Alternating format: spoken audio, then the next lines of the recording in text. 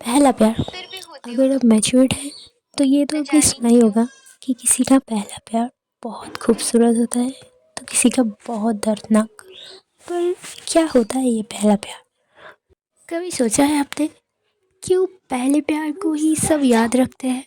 हाँ, मुझे पता है कि पहला प्यार होना कोई भी नहीं चाहता। सब चाहते हैं कि आप आपके पार्टनर के लास्ट प्यार हो, क्योंकि उसके बाद किसी का नंबर ना आए। पर कुछ तो है इस पहले प्यार में जो भुलाकर भी भुलाया नहीं जाता। हाँ, सबका पहला प्यार बहुत खूबसूरत नहीं जाता। कोई अपने पहले प्यार में बहुत ज़्यादा दर्द देता है जो अपनी सारी ज़िंदगी में नहीं सोच सकता। पहला प्यार आपके दिमाग में हमेशा नहीं रहता, पर रहता है आपके दिल में किसी एक ख़ास जगह पर, जो अभी भी होगा। सोचिए ना कि आपको किससे पहला प्यार हुआ था, किसे देख के आपकी दिल की धड़कनें तेज़ हुई थी, किसे देखने के लिए आप भी रात जागे थे पहली बार।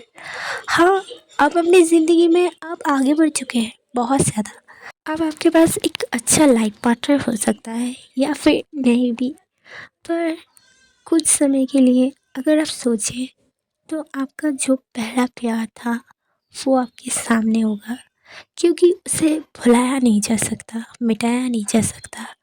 मैं पहले प्यार का मतलब ये नहीं कर रहा कि आपके साथ उसका रिलेशन हो तो वो आपका पहला प्यार है, पर ये तो आपके दिल की बात है कि वो किसे पसंद करता है, किसके लिए पहली बार धड़कना चाहता है, किसे अपना बनाना चाहता है।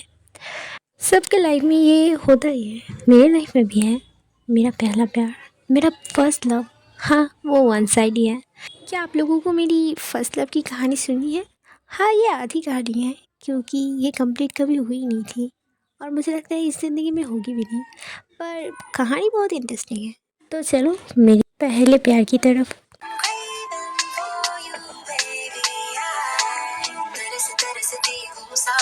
अच्छा, आप लोगों को पता है प्यार कब होता है? क्या उसकी कोई एज, उम्र या फिर कुछ टाइम होता है कि हाँ इसी टाइम पे प्यार होगा, बाद में नहीं? नहीं, ऐसा कुछ नहीं होता, प्यार सिर्फ हो जाता है। वैसे मुझे भी हुआ था, पता है। ये जान के आप लोग ना बहुत ज़्यादा सरप्राइज हो जाओगे, बट मेरी लव स्टोरी की स्टार्टिंग हुई थी क्लास 3 में। हाँ, पता है मुझे, तब बचपन होता है। नॉर्मल बच्चे उस टाइम खुद की ज़िंदगी को जीना पसंद करते हैं, खुद के खाना, घूमना, खेलना, बस इतने में ही मस्त रहता है। पर मुझे पता नहीं कैसे प्यार नाम की बीमारी मुझे क्लास 3 में लग गई। उसका एक कारण मेरा जॉइंट फैमिली भी हो सकता है।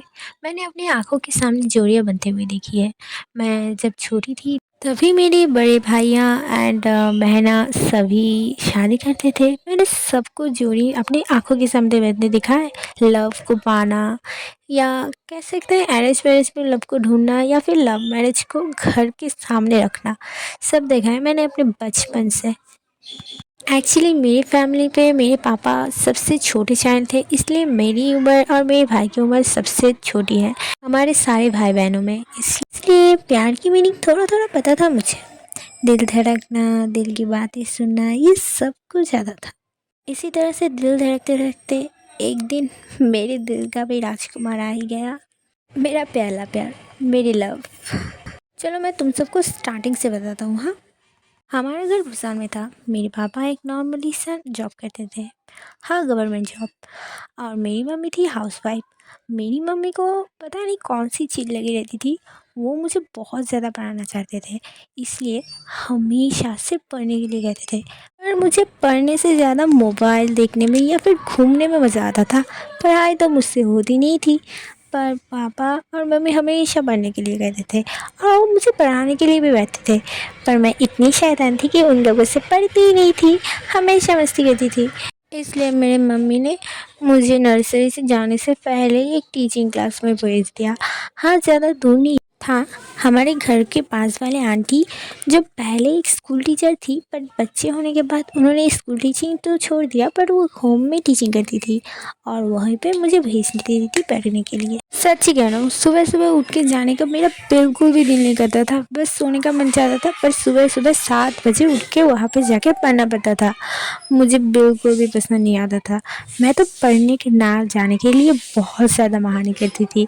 कभी रो देती थी, कभी कभी पेट खराब का बहाना दे देती थी, कभी सर दर्द का और कभी कभी तो बुखार का भी। पर मम्मी मुझे हमेशा भेज देती थी मेरी गैनी के साथ। मेरी गैनी को मुझे हमेशा चलना पड़ता था और मेरी इच्छा के बगैर मुझे पढ़ाई करनी पड़ती थी।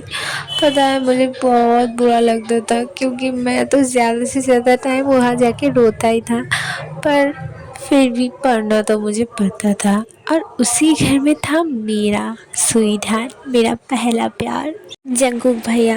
जंगकुक भैया मेरा पहला प्यार था। बचपन से, जब से मैंने होश संभाले थे, तब बचपन से जानती थी उन्हें। मैंने उनको अपने आंखों के सामने देखा है बचपन से, पर मुझे नहीं पता था कि मेरे दिल में उनके लिए फीलिंग्स आएंगी। मुझे आज भी याद है वो दिन जब मैंने जंगकुक भैया को प्यार की नज़रों से देखा था।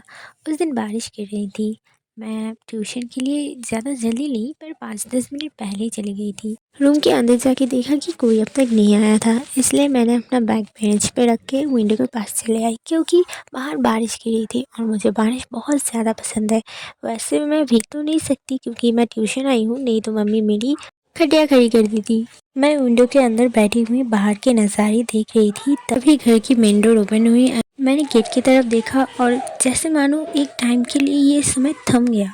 मतलब मुझे पता नहीं चल रहा था मैं रुक गया ये या टाइम रुक गया, क्योंकि मेरे सामने मेरे जंगकुक भाई थे। वो आ रहे थे अंदर। वो सुबह साइकिलिंग करके अंदर आ रहे थे। बारिश में वो पूरे भीग चुके थे। जंगकुक भाई की black T shirt and sports pant दोनों ही उसके शरीर के साथ लगे हुए थे। मेरा शरीर जैसे रुक गया था। मैं पहली बार जंगकुक भाई को इस तरह से देख रहा था। मुझे कुछ समझ नहीं आ रहा था। मेरी हार्ट बीट बहुत ज़्यादा बीट कर रही थी और मेरे पेट में जैसे बहुत। पर जंगकुक भैया रूम में नहीं गए, वो बाहर ही रुक गए। वो बारिश में रुक के आसमानों की तरफ देख रहे थे, अपने दोनों हाथ को फैला के। मेरे दिल में जैसे घंटी बज गई उनको ऐसे देखते हुए। मेरा दिल जोरों से धड़क रहा था। मुझे समझ नहीं आ रहा था क्या हो रहा था, पर मुझे जंगकुक भैया को देख के बहुत ज़्यादा अच्छा लग रहा था। हम दोनों की समय जैसे रुक गई। जंगकुक भैया और मैं दोनों ही जैसे थम गए थे। हम दोनों ही चुपचाप खड़े थे अपनी अपनी जगह पर। तभी जंगकुक भैया को कोई बुलाता है। जंगकुक भैया की बड़ी बहन उन्हें भीगने के लिए मना करती है। उनकी आवाज़ से मेरी भी होश में आ चुकी थी और जंगकुक भैया भी रूम में चले गए थे। कुछ टाइम बाद मैम आती है एंड अब मेरे अलावा कोई नहीं था, इसलिए मैम ने मेरी होमवर्क चेक करके मुझे छुट्टी दे देती है। उस दिन सुबह से लेकर शाम तक बारिश हो ही रही थी। मैं सिर्फ बारिश पर देखकर जंगकुक भैया के बारे में सोच रहा था। आज तक उनके साथ बिताए हुए सब टाइम के बारे में सोच रहा था। मैंने तो कभी उनको ऐसे समझा ही नहीं, कभी उनके बारे में मैंने ये सब सोचा ही नहीं। मुझे बारिश देख के सिर्फ उस टाइम ही याद आ रहा था। मुझे बहुत ज़्यादा शर्म आ रहा था। इसी तरह से जंगकुक भैया बिना टिकट के मेरे दिल पर एंट्री कर चुके थे और वो भी इतने फोर्सफुली कि मुझे समझ ही नहीं आया